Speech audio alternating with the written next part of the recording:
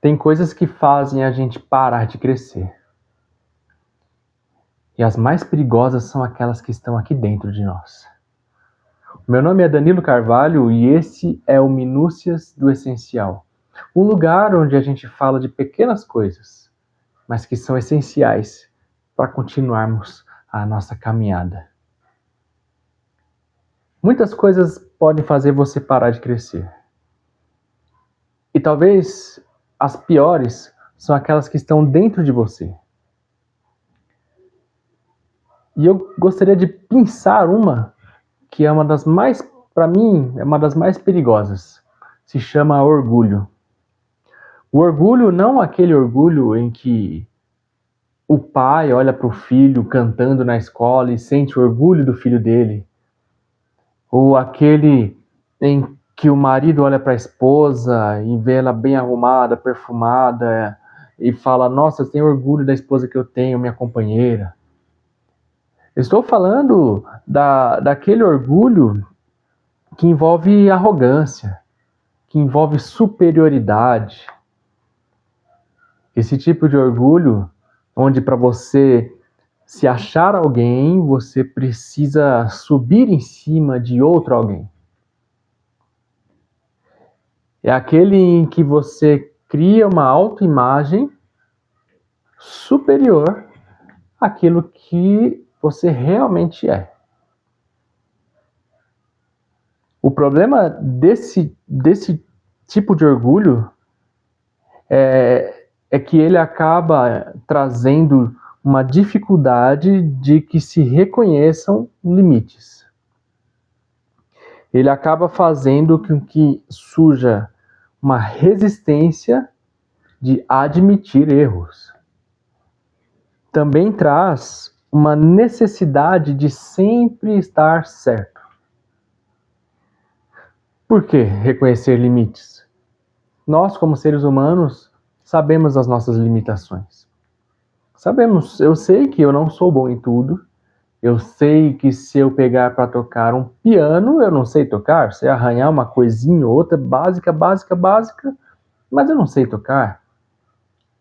Eu sei que eu não sei também, eu sei que eu não sei construir uma casa. E admiro as pessoas que fazem essas coisas que eu não faço. Mas o problema é que quando você sente esse orgulho errado, você olha as outras pessoas, você sente inveja, você sente que você deveria estar no lugar delas. E você faz de tudo para estar no lugar e acima delas. A pessoa também orgulhosa, ela acaba dificilmente reconhecendo seus próprios erros, porque na realidade os erros não são dela. Na cabeça dela, o erro é do outro. Com isso, você acaba não aprendendo com os erros, que é uma coisa que a gente aprende, a gente ouve falar desde criança, não é? O orgulho, ele faz você se fechar para não ouvir, não reconsiderar e não aprender. E é por isso que eu falo que ele é um dos pontos que vai fazer com que você, eu ou qualquer outra pessoa não cresça mais. Porque a partir do momento em que você acha que não precisa mais aprender, não há mais crescimento. O aprendizado é aquilo que a gente enxerga para a vida toda.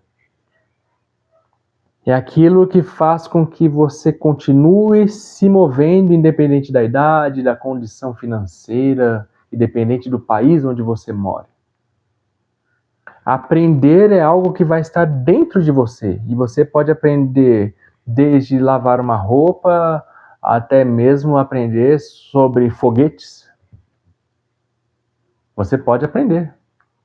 Ah, Danilo, eu não vou ter acesso a... Nós temos acesso a muitas coisas, sim. Muitas informações na internet, no celular.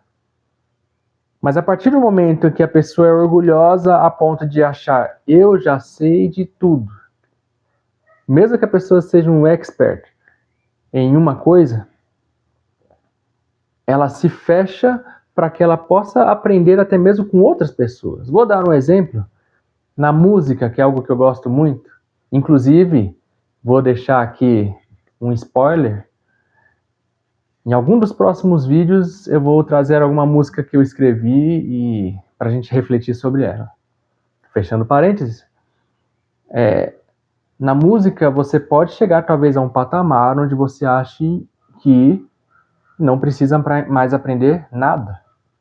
Mas pense bem, a cultura muda, as cabeças das pessoas mudam, as formas de usar instrumentos, tudo isso vai mudando. E se você fala assim, não preciso mais aprender, você para no tempo e fica lá no seu mundinho, achando que não precisa de mais nada.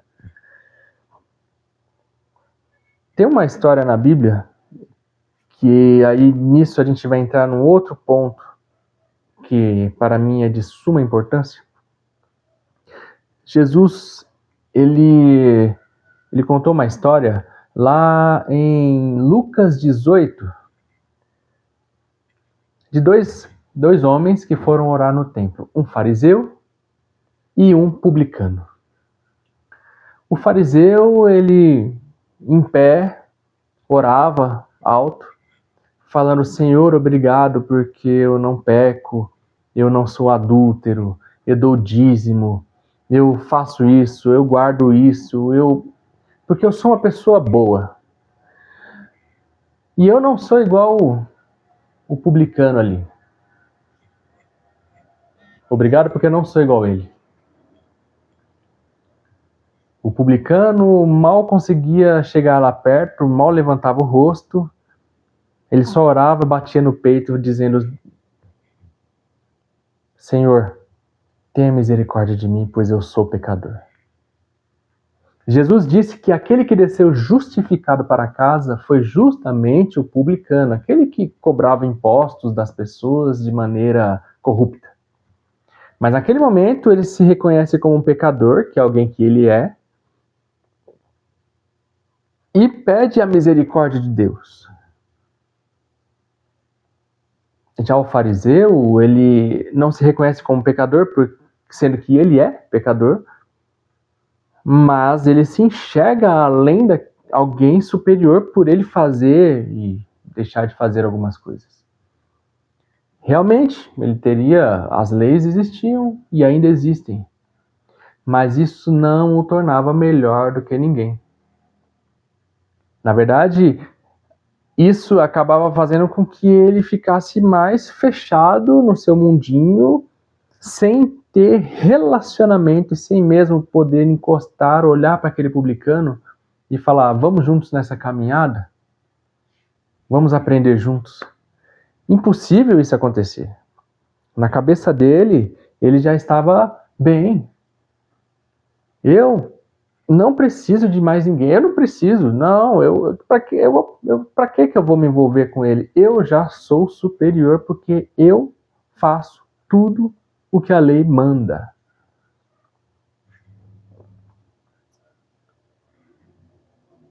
Você percebe? Não era o problema não era o que o fariseu fazia, mas sim como ele se via. Afinal de contas, guardar regras realmente é necessário. Mas como ele se via superior, como ele olhava para si mesmo, é o que, na verdade, estava fazendo com que ele se tornasse pequeno. Pequeno aos olhos de Deus. Alguém que talvez seria quase inalcançável, porque quando você não quer esticar a mão para segurar a boia, porque você acha que você sabe nadar, você mesmo se afogando, você fala, eu não estou me afogando, eu sei nadar, você está recusando a salvação e dificilmente vai ser salvo mesmo. Agora, a partir do momento que você diz, eu não sei, eu preciso aprender, você abre uma janela, uma porta para novas coisas. Principalmente quando se trata de relacionamento com Deus.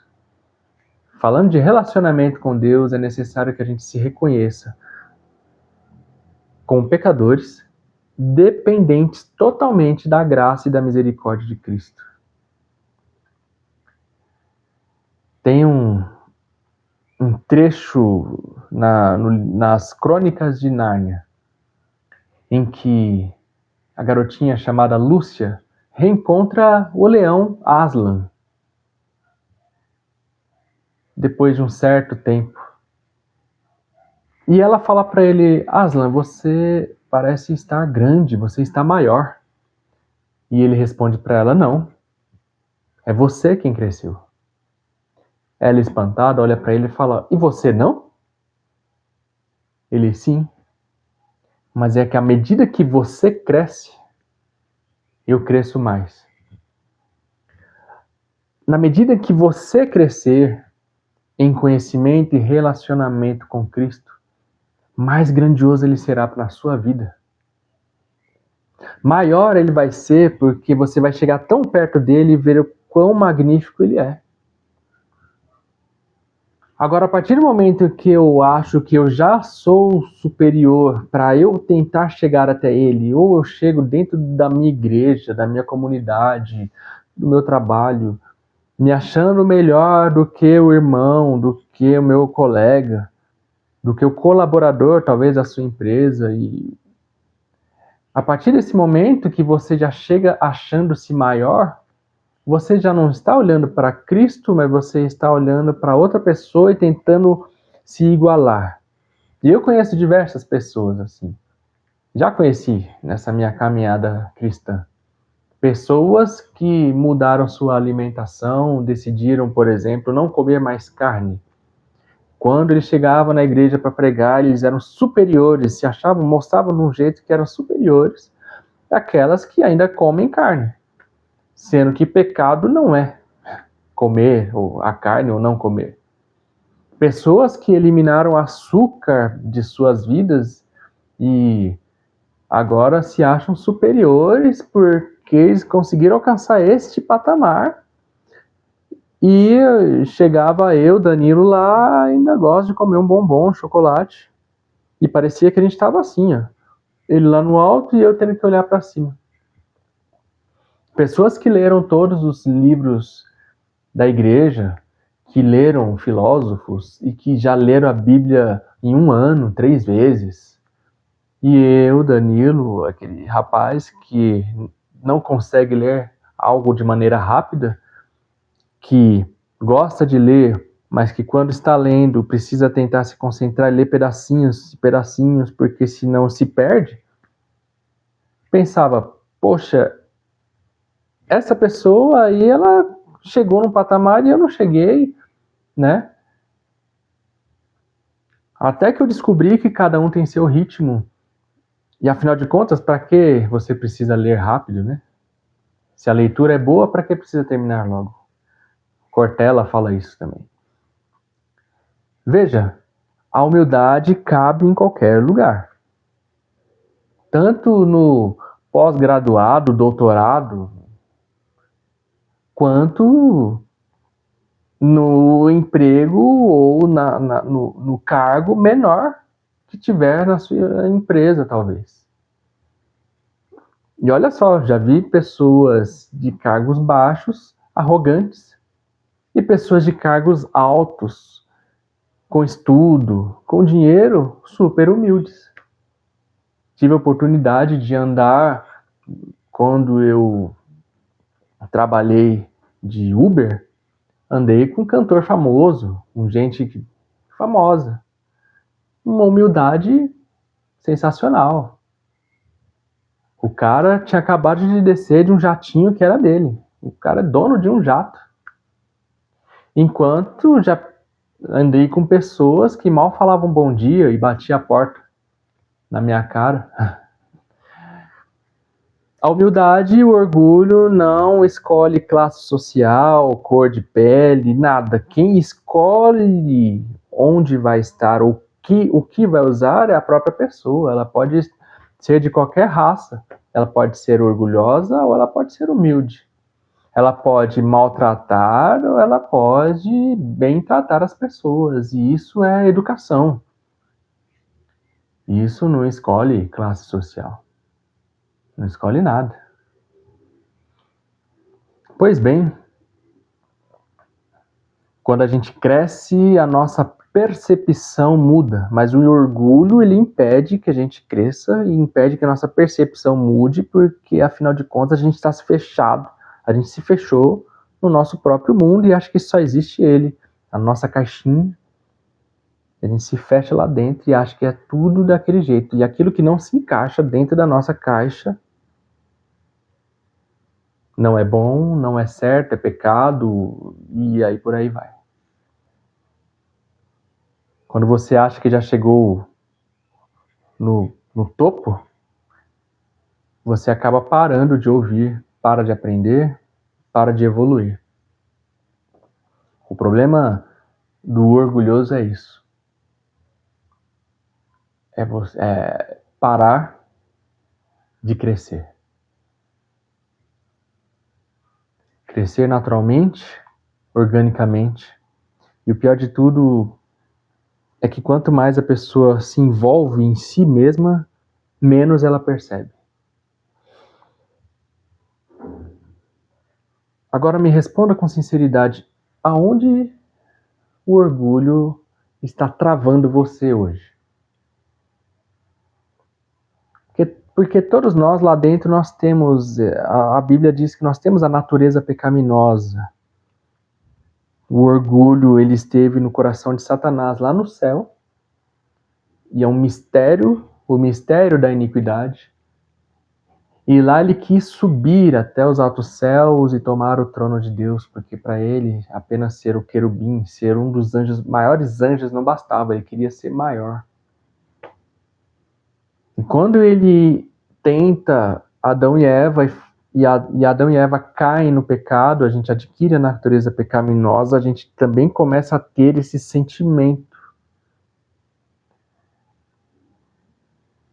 que precisa ser vencido todos os dias, lógico. Mas aí eu te pergunto, onde é que está travando? Está travando na sua fé, no seu relacionamento, no seu emprego, no seu estudo? Está travando você de enxergar a vida como ela realmente é e prosseguir a partir das ferramentas que você tem nas mãos hoje? E a outra pergunta, uma outra pergunta é: você está disposto a rever a sua vida, revisitar a sua vida? O Augusto Cury fala que seria ideal que pelo menos uma vez por semana, a gente parasse e fizesse um balanço de nossa vida. E eu creio que nesse balanço precisa ter todos os nossos problemas, defeitos, tudo aquilo que a gente precisa lutar. Esse balanço precisa fazer com que você coloque realmente na balança e veja, isso aqui eu preciso melhorar, isso aqui eu preciso dar mais valor.